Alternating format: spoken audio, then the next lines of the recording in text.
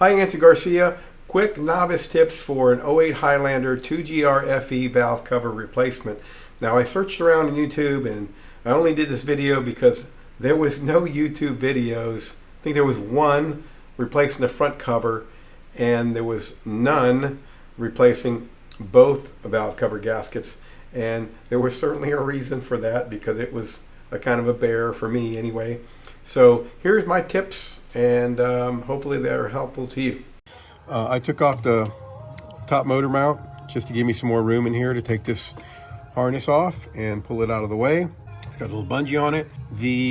When you take it off, there is a cam lobe oil tube orifice in here that has a rubber gasket that goes to the valve cover.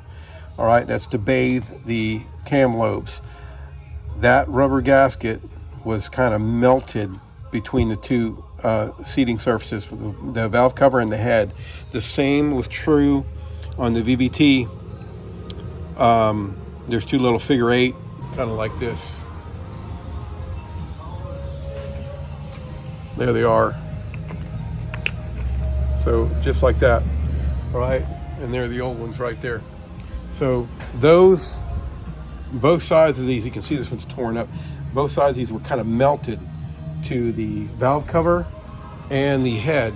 So the valve cover did not want to come off. It actually felt like there was another bolt in here somewhere. As long as you get these bolts out, right, they're pretty easy to see. And this middle one, you're good. It's going to come out. It's going to feel like there's a bolt, but it's not. Just work it out, get you a crowbar and get it out. And those surfaces, those rubber seals, if it's like this one has about 170,000 miles. And they were just, you know, so old and kind of melted. So that is it as far as taking it off. When you put it on, when you put your new gasket on and you get these new, make sure your kit contains all the oil O-rings and that figure 8 one and these spark plug tower gaskets as well. When you get these on, you'll be able to slip this on and get this one on first. And they're hard to get on. In fact, what I did is take a body panel tool like that and get this one on first, this one on the left. Okay, and then you're going to kind of work it around. It's not going to want to go in. You got to kind of work it around, pushing it. And once you get this one on, barely, then get this one on. So you're going to kind of, the whole valve cover is going to be, if I were sitting on the engine, you're going to kind of put it in like this and then start going down to the right. All right. Once you get this one on, then you'll be able to go a little bit further because you'll be able to push that down on the right here and get that one, you know, pushed around that spark plug hole. And then the same with this one. Don't try to do this one or this one first like I did. And, you know, I get one on and then this one would come off. You know, I get this one on and this one would come off. So do one at a time from left to right or from passenger to driver. It should be okay. One more thing. This VVT oil supply here has 2 copper washers. Make sure that you replace those as well. It should come in your kit.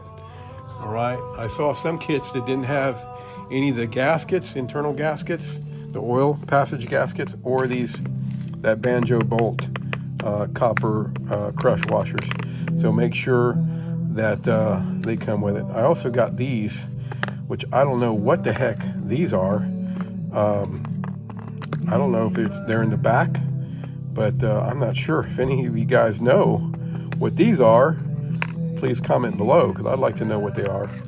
I know what all the other ones are, but those seem like extra. There is a reason why there is no YouTube video for this rear valve cover gasket on the 2GR-FE. This is a '08 Highlander. I already did the video for the front cover. You guys got those pro tips or novice tips, I call them. Look, here's what I can tell you on the rear. Obviously, you know what you're going to take off, right? Intake, things like that need to come off. What I would suggest would help me is take the whole wiring harness off. Obviously, you got to take it off because it's connected to the valve cover. On this side, go ahead and take your alternator off. all these connectors or all these brackets as well. Get this wiring harness, this main wiring harness loose, all right? And then you can zip tie it over, and you can also zip tie it. There's a harness that's up here. You see that harness right here? Zip tie it up in here. So zip tie that guy up there. Get everything out of the way. Obviously your intake, throttle body, all that stuff has to come out. Again, wiring harness, everything comes out with a wiring harness. All here, you need to get it loosened up. Take your fuel line off. Going to your fuel rails, your common rail. What else? Okay, you can tell I got my blue valve cover gasket in there, so I'm already done. We're almost done. It's doable. It's going to take some time. These top bolts, they're pretty easy. You can look on your service manual, see where they're at. There's one back in here. It's kind of hard to get, right back behind this plastic thing. There's a little plastic cover that covers over your oil. There's a rubber oil hose that feeds your VVT. All right, obviously you got to take your VVT, put new crush washers in there. There's a little rubber or plastic cover that kind of goes over the valve cover. So you got to kind of move that back. I had my son kind of get it back so I could get the valve cover off and away. The back, if you don't have a lift, I mean, I have a lift and a creeper. Now I'm an old guy, right? If I was 20, this be no problem. At my age, a lift and a top creeper is a must. Okay, back to the rear bolt. The rear bolts can be taken off. There's one that's hidden above your cat, above your, I think that's the bank 2 cat. You can get to it from the top. So a lot of these you can get to from the top if you feel around back in there. There's not a lot of room back in there, but you can get to them. All right, get underneath the car. You'll need to get to a couple of them from underneath the car. You'll see them up there. You got to take a skid plate off, that rear skid plate. You'll get to them, okay? You will get to them. You'll be able to see them, except the one on top of the cat. The one on top of the cat, you have to come in. You got to look through your wheel well on this side, looking up to the car. In fact, let me pick it up. Let me show you. Cut out this part of the video. Okay, front of the vehicle. Passenger axle. We're looking up. Take all this crap off, right? All your skid plate and everything. If you look right up here to the right of the cat, there are your bolts. So there's 2 back. There's another one right over there. There's 3. Okay, above the cat, there's one. The way you're going to get to that one is, you see this right there? That's your O2 sensor connector. And there's a bracket there to hold that cable that goes to the O2 sensor, which is right on top of the cat. Take that bracket off. And let me show you. Let me get up in there with my phone here. Okay, there's the bolt. It's a 12. So there's 2 12s on this back valve cover. Everything else are 10s. The other 12 is right there. Okay, right in the middle of your screen. So that's a 12. And you got a 12. That one you're going to get to, after you take that O2 sensor bracket off, you're going to put a ratcheting 12 on there, and you'll be able to get that one off. Same with those 2. Now this one, since it's hidden up there, I'm putting my phone up there so I really can't see it. But if you go through this wheel well over here and you look this way, you probably can't see it, but it's right over there somewhere, and it's not focusing. Anyway, if you look through here, you'll be able to get your hand in there on top of that cat and get a ratcheting wrench. In fact, if you see the O2 sensor, you can see the O2 sensor, the bolt's right on top of there. What else from down here? I think that's it from down here. And obviously you're gonna do the hillbilly torque, right? These are, I think, 14 foot-pounds, something like that. And obviously, you're not gonna get a torque wrench up in there. I couldn't. But yeah, so that's how you get to the back ones. And one more thing on the, let me get these flashlights out of here and give you one more let's call it novice tip. All right, got another light here. All right, hold on, let me bring this guy down. The one thing I didn't cover is how to take this guy off, all right? So let me just give you a little tip on that. There's the car, the intake's gonna sit like that. Excuse me, like this.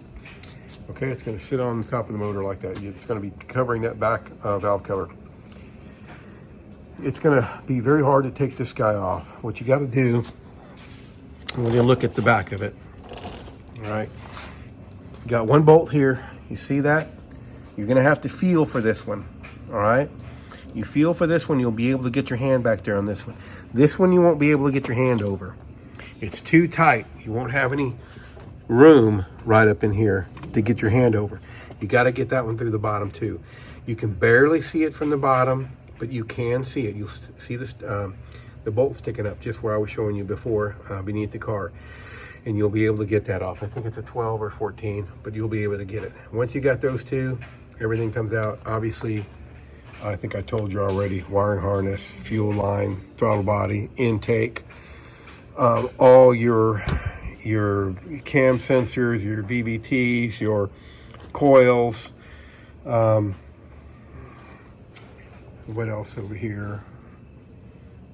There's a noise, what they call a noise sensor also. You're going to disconnect that.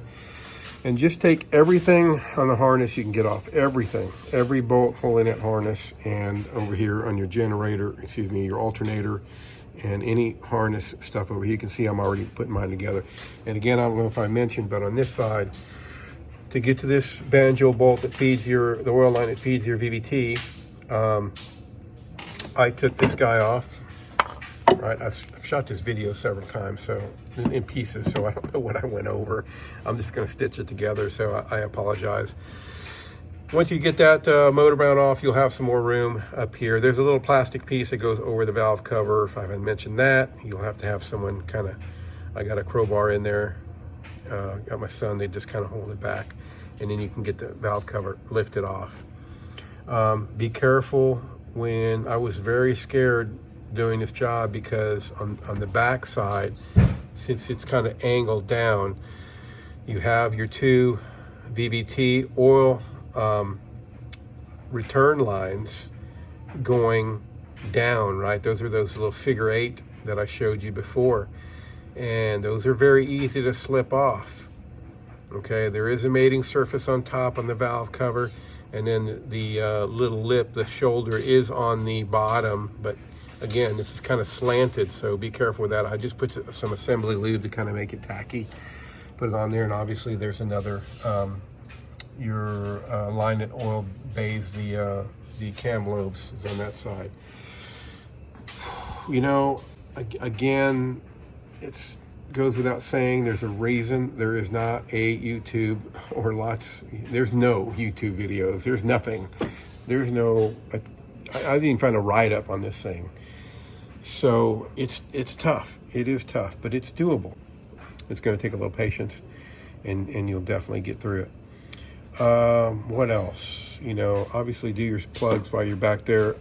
I noticed that this car had aftermarket coils already. We're at 157,000, 160, somewhere around there on this car. So I just left those in there. That wouldn't be so bad, taking the intake off and getting to everything. Anyway, that's about all the tips I can give you on the 2008 Highlander, and this is a 2GR-FE. This motor's used on tons of Toyotas.